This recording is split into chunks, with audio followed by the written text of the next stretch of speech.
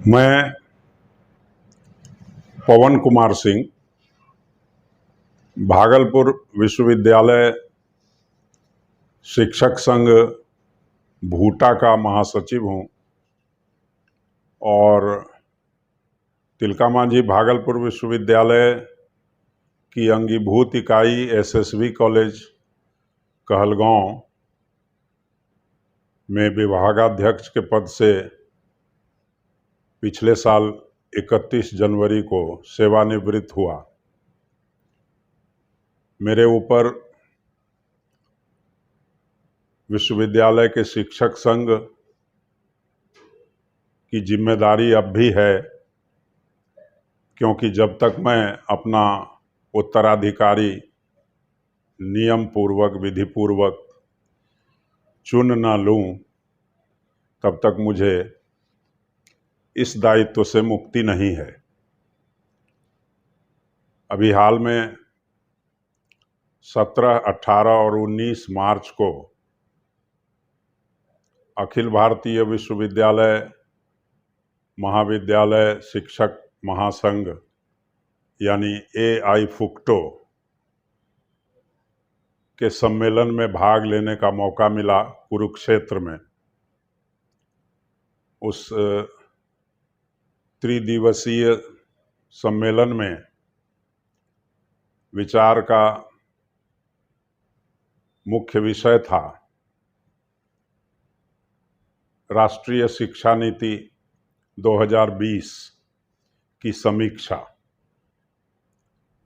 उसके संदर्भ में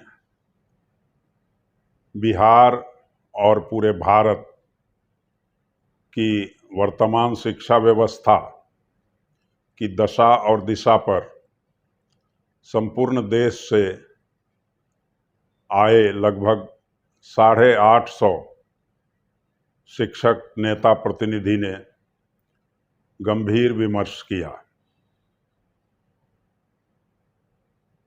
मूल रूप से संघ के प्रस्तावों में यह बात आई कि यह जो राष्ट्रीय शिक्षा नीति लागू की गई, इसके लागू करने के तरीके और समय को लेकर संपूर्ण देश के शिक्षक नेताओं ने घोर आपत्ति प्रकट की कि कोरोना प्रोटोकॉल के अंतर्गत अचानक यह शिक्षा नीति लागू कर दी गई। स्टेक होल्डर्स को विश्वास में नहीं लिया गया, हमें अपनी बात कहने का मौका नहीं दिया गया, न तो शिक्षकों को, न अभिभावकों को और न छात्रों को। समय ऐसा चुना गया कि हम सड़क पर उतरकर विरोध भी नहीं कर सकते थे। तो इस पर महासंघ AIFUCTO ने आपत्ति दर्ज कराई इस सम्मेलन के माध्यम से। कुछ जो शिक्षा नीति में संविधान की मूल भावनाओं के विपरीत कुछ बातें आई हैं, जैसे सेकुलर स्टेट, वेलफेयर स्टेट और सोशल जस्टिस की बातों को दरकिनार किया गया। शिक्षा महंगी हो जाएगी, सरकारी संस्थानों की फंडिंग धीरे धीरे कम कर दी जाएगी और शून्य हो जाएगी, बजटीय प्रावधान समाप्त कर दिया जाएगा, ऐसा संकेत है। तो फिर सरकारी शिक्षण संस्थान फंडिंग के अभाव में दम तोड़ेंगे, परंपरागत विषयों की पढ़ाई विश्वविद्यालयों में धीरे धीरे बंद हो जाएगी, केवल प्रोफेशनल कोर्सेस को प्रमोट करने की बात है। शिक्षण संस्थानों को, परिसरों को बहुराष्ट्रीय कंपनियों के लिए खोल दिए जाने का प्रावधान है।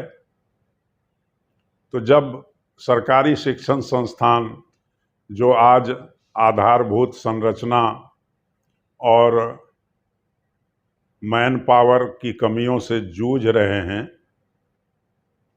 उनमें वे कमियां और बढ़ती जाएंगी।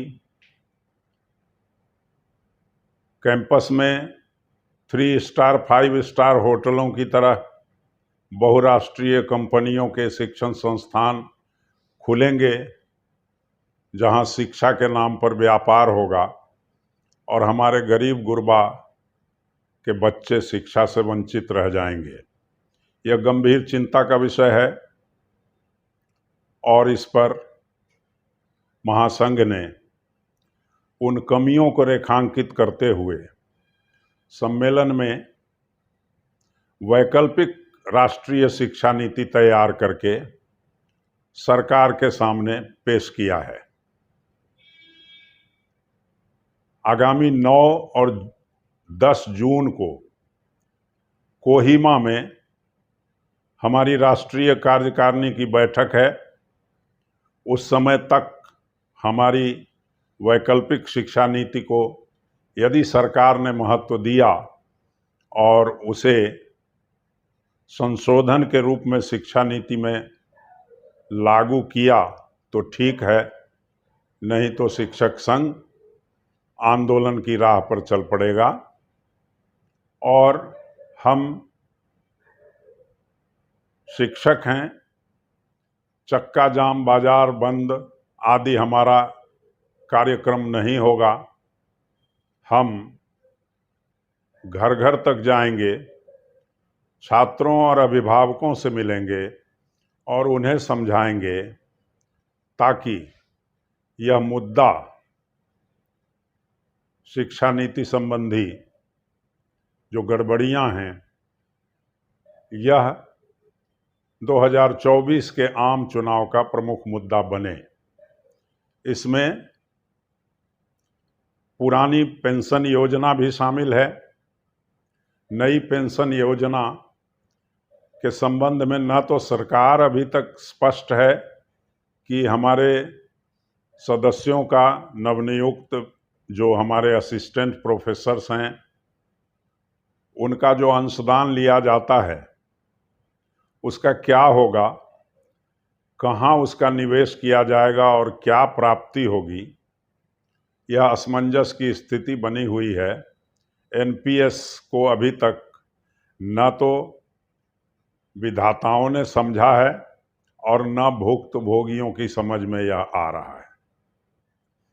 तो ये भी हमारे मुद्दे में, प्रमुख मुद्दों में शामिल है, ओल्ड पेंशन स्कीम।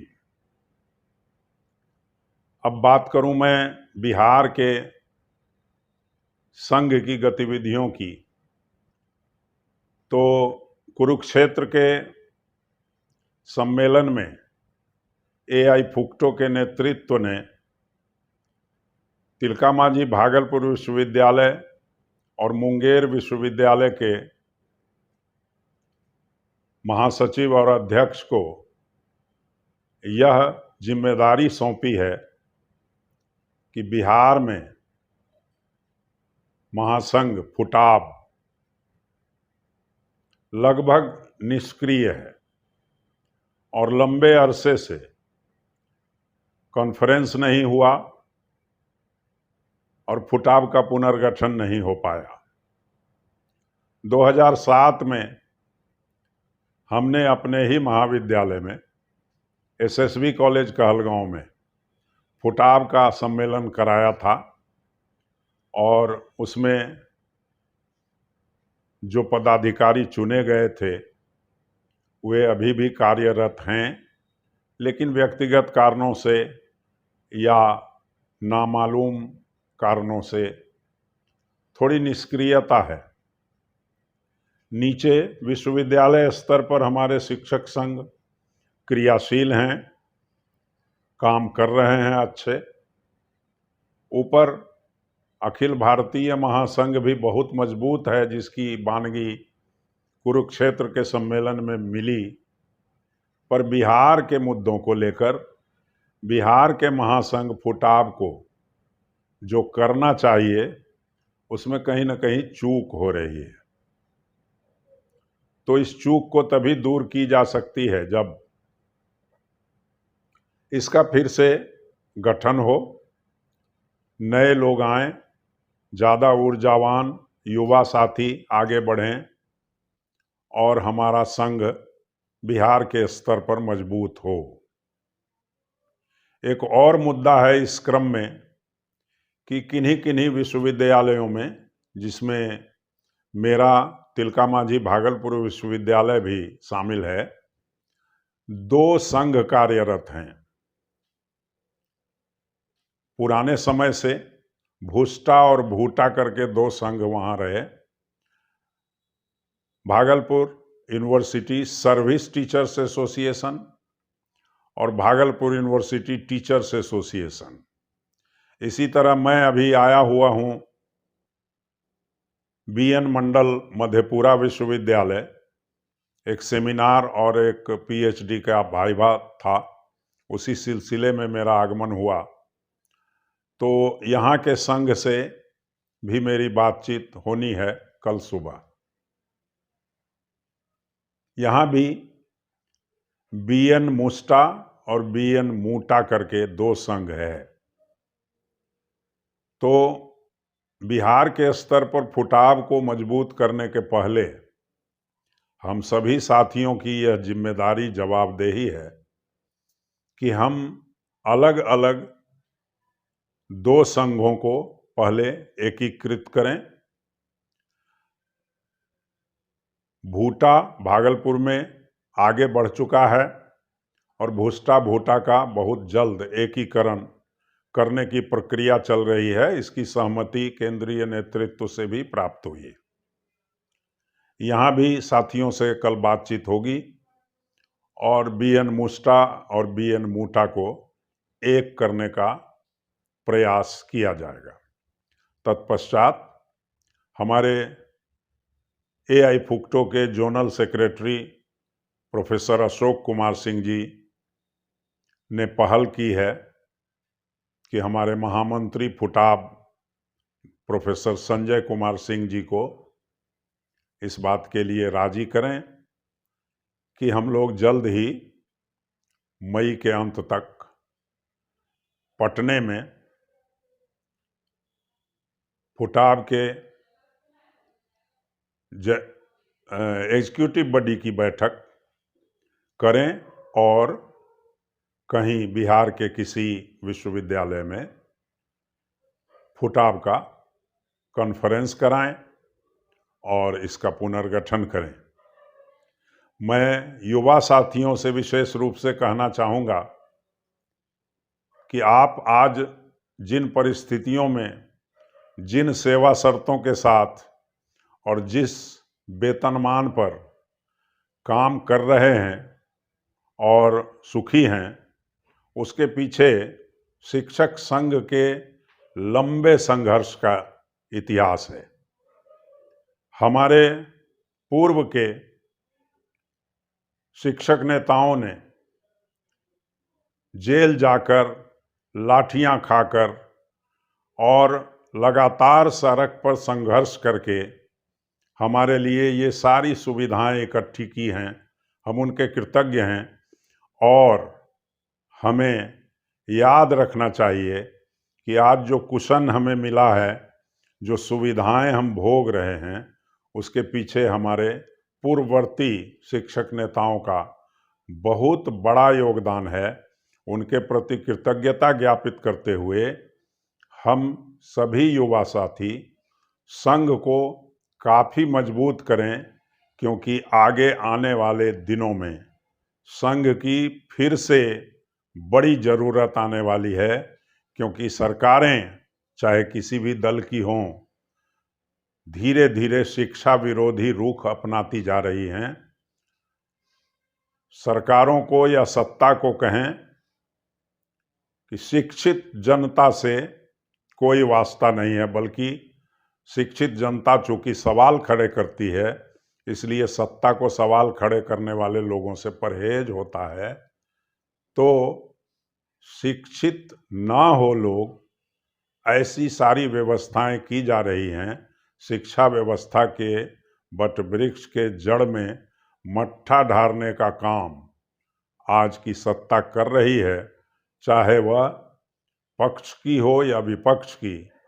राज्य सरकारें अलग अलग दलों की हैं, वहाँ भी वही स्थिति है।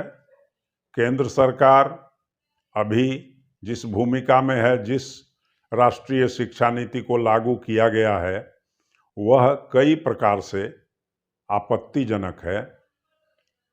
तो अपने हक और शिक्षा जगत के कल्याण, शिक्षक हित, छात्र हित और शिक्षा हित के लिए संघ को मजबूत करना ही होगा, दूसरा कोई विकल्प नहीं है।